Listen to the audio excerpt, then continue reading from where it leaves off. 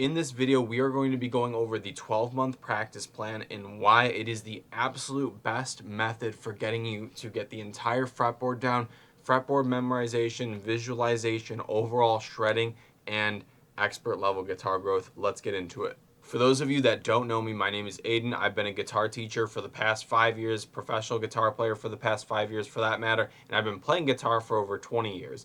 And throughout this time, I've come up with the perfect strategy for getting you as good as humanly possible, as fast as humanly possible when it comes to fretboard knowledge. Now, with all of my students, both in my private sections of students and in my masterclass, what we talk about is the 12-month practice plan. It's the perfect thing if you're crunched up on time, if you work a busy job, if you don't have all the time in the world to sit through a bunch of YouTube videos and cipher through everything. This is very time efficient, but not only that, it's also very efficient in terms of getting you a lot better than a lot of the other guitar players, which we'll talk about a little bit later. So without further ado, let's get into it. So the 12-month practice plan is a year-long structured routine in which you work on your scales, you work on your arpeggios, and you're improvising in only one key every single month. Okay, so there are 12 keys total. If you're merging major and minor as relative, you can get all those done in a single year. You're going to use the circle of fifths in order to navigate going clockwise, meaning that January would be C major or A minor, February would be G major or E minor, March would be D major or B minor, and so on. And you're going to go directly around until you get all the way back up to C major. And this is going to be a kill two birds with one stone scenario because you're going to use relative keys, aka major and minor, or Ionian and Aeolian modes, in order to navigate through all of this stuff. So in just 1 year, you're going to hit every single key possible. Okay, now let's first talk about why exactly you as a guitar player need to do this, because this is a conversation that I'm actually very passionate about. So the first thing is this: all of you guitar players, okay, the biggest issue that has been going on for the past 50 plus years has been every guitar player plays in the exact same 3 keys. Okay, we've got C major or A minor, we've got G major, E minor, then we have F major or D minor. Why is this such a big problem? Well, let's talk about that. All of you guitar players out there sound the exact freaking same. It's unbelievable and it's very annoying for other musicians. Okay, think about it like this: you have no variety on the fretboard. You're all going to be using the same scale shapes, the same arpeggio shapes, if you even use arpeggios, which a lot of guitar players actually don't. Okay, there's going to be no new actual sounds. So basically everybody is going to be completely desensitized to the same riffs, the same solos, the same scale shapes, the same pentatonic stuff. And of course, there's also going to be no expansion of your music theory knowledge. Okay, basically the way that we've been brought up with guitar has kept us inside of a box called A minor or D minor or E minor. The same thing goes for you riff people who like writing a lot of riffs. How many of you guys are constantly writing in drop D? I'll give you drop C. Obviously some people use C minor, but to be honest with you, if you take the global population of guitar players who are trying to get better, the vast majority of them cannot solo in, let's say, B flat minor or A flat major, right? The vast majority of them have hard time in E major, for example, in B major, for example. If we go anywhere past the first 2 sharps or the first 2 flats, most guitar players cannot do it without saying the ever so irritating term, I just play by ear. When we all know, when people say I just play by ear 99% of the time, they basically mean that they just kind of feel it and they hope for the best. That is not playing by ear. Okay? That'll be a topic for another video. But anyways, let's talk about why this is going to be superior compared to other practice plans, okay? So one of the things that I love about the 12-month practice plan is you will be able to hit every single key in great detail instead of doing every single key in 1 month, okay? So now here's the thing. If you're a really advanced guitar player and you already know this and you're pretty good at it, you can do every freaking key in an entire day, right? An entire practice session. That's great. But most guitar players, especially intermediate and beginner guitar players, are not at that level. And one thing that a lot of guitar players think is good is they should go through every single key with every single scale as their practice session in like a month or 3 weeks or 2 weeks or even a day or whatever. That is a huge waste of time, and I'm going to explain exactly why. If you do not take the time to understand the harmonies, the melodies, the diatonic chords or triads, the scales, the positions in every key for at least 30 days, you are not going to maximize the level of knowledge that you could have on the fretboard, and therefore you're not going to get the fretboard memorized. Okay? We're going to talk about that fretboard memorization a little bit later here. Okay? Now, obviously, the other big one is you're simply just not ready to do that. Okay, and I'm speaking for most guitar players. You are not ready just to go through every single freaking key. So let me paint you a little picture about this stuff. Okay, most guitar players, okay, they do this thing where they buy this book called the Guitar Grimoire, or they buy some scale book or the Scale Bible, whatever it's called. I don't know what that read. I think it's the Guitar Grimoire.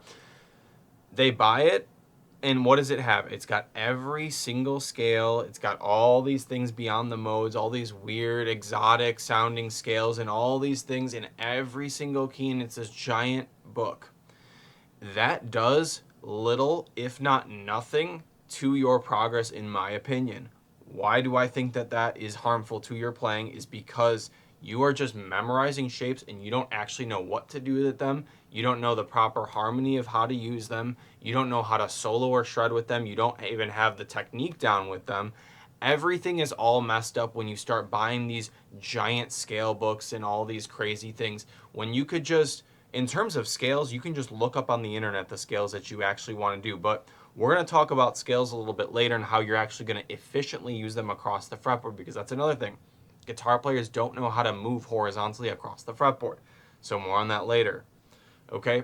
So, we've already talked about why it's superior, why not just knock out every key in every month. You're not going to be able to do it. It's way too much time. It's going to take frickin' forever. You're going to feel rushed and you're going to give up. It's not worth it. Okay? Now, this method, though, is frickin' fantastic because it's going to give you enough time to get all of your scales down in that key, all of your arpeggios across the fretboard down in that key, and you will have the entire fretboard memorized. Let's talk about how. So here's the thing. What I wrote over here is guitar players are constantly making the mistake of wanting fretboard memorization or fretboard fluency, literally trying to physically memorize every single note. So that way when somebody points somewhere, they'll say the note like, oh, that's an A, right? Oh, that's an A flat or whatever. In what context would it be useful for you to just know what the note is just by somebody pointing to it? This is one of the biggest mistakes because you are not understanding how to practically use these notes in keys. Okay, so the 12-month practice plan, like let's say you're in the key of D major, for example, you're going to know where every D is very, very easily. Okay, you're probably going to know where every A is because it's the fifth. It's one of the most important chords in the entire diatonic scale, right? You're going to understand where D is across the entire fretboard, and the same thing with B. Okay, so think about that too. If you are just focusing on this one key, you only have two notes to worry about: the major and the relative minor. As a bonus, maybe you put in the dominant, which is the fifth, and you could do the leading tone even if you want to, and you will hit all of the 12 notes so freaking fast. Notes will repeat itself too, right? You'll get C major up at 12 o'clock, and then when you get all the way to 9 o'clock, you'll get C minor, and you'll know where that is. Okay, you'll know where the arpeggio is. You'll know how to use all of these notes and put all of these things together, instead of just being able to be like, oh yeah, right here is an F sharp. It's like, great, you memorize something, but you don't know how to practically utilize it. Okay, so going forward there, which by the way, this is just my opinion and my experience. I think that that's ruining guitar players. Take that for what you will. So now, as we talked about, you're going to do this in a practical way. And on top of that, with all this stuff and getting your harmonies down and all that stuff, this is honestly not even that much time if you think about it. This only takes a year, okay? And here's the best part about this. 3 months into this, so 90 days into this practice plan, okay? You are already going to be better than like a quarter of guitar players because most of them don't know how to solo or play in any key aside from the ones that we talked about. If that, most of them only know A minor or C major, okay? So going kind of forward with that, we're going to now talk about how we're actually going to do this in the most efficient way, okay? But before we start, there are some small prerequisites that I want to make sure that you understand when we get into this crazy stuff. Okay, so the first thing is this. You need to have the scales that you're going to do memorized in at least 3 positions. What I recommend doing is know it vertically, horizontally, and up 12 frets. That's exactly what I teach everybody in my master class, okay? If you really want a full blueprint, amazing practice routine, if you want accountability, if you want a like-minded community of guitar players who really want to shred and you want help from me directly, go click on the link. There is a link to apply to it. You can join up. We can talk about it, and I'll show you what all that stuff is. It's honestly, in my opinion, it's the best clean-cut way of succeeding because guitar is hard, and I try to make it as easy as possible for everybody without giving them the expectation that it's going to take 3 months. It's not going to take 3 months for you to get good. It's going to take at least a year. So you're going to have those scales memorized in 3 different positions, okay? So like if you only knew pentatonic minor scale on fret 5, for example, you should do that vertically, horizontally, and then up 12 frets on the 17th fret, okay? If you're confused about what this horizontal stuff means, click on the link below. There is a video that I have of the whole breakdown of how to move any scale horizontally so that way you can get the rest of the fretboard down, okay? That's super important for getting the fretboard down. Now, the next thing that you're going to have to do is you're going to have to get at least the tonic arpeggios down, so the 1, and preferably the dominant arpeggio shapes down, okay? Now here's the best part about this. There's only 6 shapes that you need to know, okay? Again, this is another thing where you're going to have to go in the description. You're going to have to watch my video about the tonic and dominant arpeggios, okay? Since I'm more into metal and rock, I emphasize the relative minor for all of these keys. I do use major and Ionian, of course, and I'm fairly proficient at it, but just in my style, I prefer using minor and things like that. So what we prioritize in my class and with my students is tonic and dominant in that relative minor key. So if you're in, B minor, you're gonna do B minor as your tonic arpeggio, and then you're gonna do F sharp 7 or F sharp major as your dominant arpeggio, okay? If you don't know anything about this, just click on the link below. It'll all make sense. But guess what? There's really not that much to memorize. There's only 3 minor shapes and 3 major shapes. Okay, so from there, you're going to have at least a decent amount of music theory, specifically with the circle of fifths and diatonic harmony, okay? If you don't have the circle of fifths down, guess what? You're going to have to get that down. Go into the description. I have an easy video about how to digest the circle of fifths. It's one of the best ways that you can get that bad boy memorized, okay? In my opinion, guitar players should have the circle of fifths memorized fairly well. At least they'd be able to get it down pretty fast, okay? So that way they don't get caught with things, because if you are in the key of C sharp minor, you probably should know how many sharps there are. What are those sharps? What is the relative major? What is the dominant chord, right?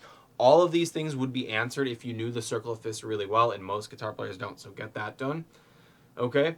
And then you want to have a decent amount of technique to be able to actually put it into practice, like improvising, shredding, all that good stuff. So now, just to kind of give you an example of that, I would recommend just pick slanting, sweep picking, tapping, and legato. Those are the 4 most important techniques that I think every guitar player should be able to do if you're doing electric guitar playing. Relatively, I wouldn't say it's easy stuff, but it's doable, okay? So again, all of these things can be incorporated into a 30-minute practice routine, okay? So let's give an example. If we're in the key of C major or E minor, I'd make sure that I would know pentatonic minor and major, okay, so on 5th fret and 8th fret, okay, horizontally, vertically, and then up 12 frets, okay? I would make sure that I knew full diatonic minor and major in the same 3 ways, okay? So if you think about it, each scale, that I just mentioned, you're going to be able to do it in 3 ways. So if you only knew 4 scales, you'd be able to do it 12 ways total, right? And that is a huge amount of stuff on the fretboard. Again, link in the description for that video. But the next thing that you're going to get is the harmonic minor scale if it's applicable to you using dominant. So if you're not used to that harmony of, you know, tension and release and stuff like that, which again, I have a video on that as well. Okay, see how much stuff I'm giving you guys to help you guys. Harmonic minor goes hand in hand with using the dominant. So this is why I put harmonic minor if using dominant stuff. That's if you need it. If not, you could just use the tonic, and then you could also move the dominant, which is just a major shape, just move it to the relative major spot. Okay, so if you're in C major, just move those dominant stuff that we've talked about, just move it on over to the tonic of your major. Okay, and then as a bonus, what I would recommend doing is I would recommend doing diminish. Okay, I hate to say this again, I have another video about diminish. Okay, because I like giving my subscribers and my followers good things to use. Okay, because I want you guys to succeed. So in total, only 4 or 5 scales memorized, and then 6 arpeggios, not including diminished. Okay? And that, in hindsight, is nothing, because here's the best part. Usually, with the 12-month practice routine, I see my students struggling in the first key, maybe the second key, but by key number 3 and 4 and 5 and so on and so forth, it is a breeze because you've done it so many times to the point where it's not even a big issue. Okay, and here's another note that I wanted to mention. You can adjust this accordingly. So if you know more scales, if you know all the modes, if you know melodic minor, if you know chord extension arpeggios like a 9th or a 13th or an 11th or a 7th chord arpeggio, by all means, you can do that. And this only takes a year. That is nothing compared to your lifelong guitar journey, because if you are playing the guitar, you're going to be playing it for the rest of your life. Okay, just some quick notes. Okay, number 1. Recap, make sure you have those scales down horizontally and not just vertically. You don't have to necessarily avoid any other keys while you're doing things like learning songs, while you're songwriting, composing, playing with your band. This is just a part of your routine when it comes to practicing your scales, practicing your arpeggios, your sweeps, and your improvising. And that's it. So if anything else comes up where you got to get things done or you just are trying to do other things, that's totally fine. It's not about having to have your whole life revolve around one key, because that's just impractical. Do not neglect your arpeggios. Okay, for some of you who don't know, at least get those tonic ones down. Okay, and then the biggest one, when it comes to guitar players, the biggest mistake that you guys make is you guys have unrealistic practice routines that you get burnt out on a lot. How does this sound familiar? You get sick of the fact that you're not getting good, right? And then you decide, you know what? I need to lock in. I'm going to play for 3 hours a day. I'm going to play for 4 hours a day. A month goes by. The motivation is crashed because maybe you're not getting better. Maybe it's just too much time. Maybe it's just you got other stuff in life going on. You have to find a practice routine that's sustainable. The same way with your diet, for example, you have to find a diet that you can sustain for the rest of your life, right? Not something that's too restrictive, something where you can bend the rules a little bit. So what I always tell my students is we always start my students out who have never had a good practice routine. We start them out with a 20-minute practice routine every single day, and then we slowly increase it to 25 minutes, 30 minutes, and we just keep seeing it until we see a dip in your performance or we see you get kind of burnt out with things. And that's something that we work on with our students too. So again, if you are interested in working with me in my masterclass, it's the best way to succeed in my opinion. I haven't seen anything that is this, first of all, this cost effective, but also this detailed for guitar players who are trying to succeed. So if you like this style of teaching, maybe that's something for you. But regardless, I really hope this helps. Leave questions in the comments. Maybe I'll make a follow-up video to this, and I'll see you guys in the next video. Peace.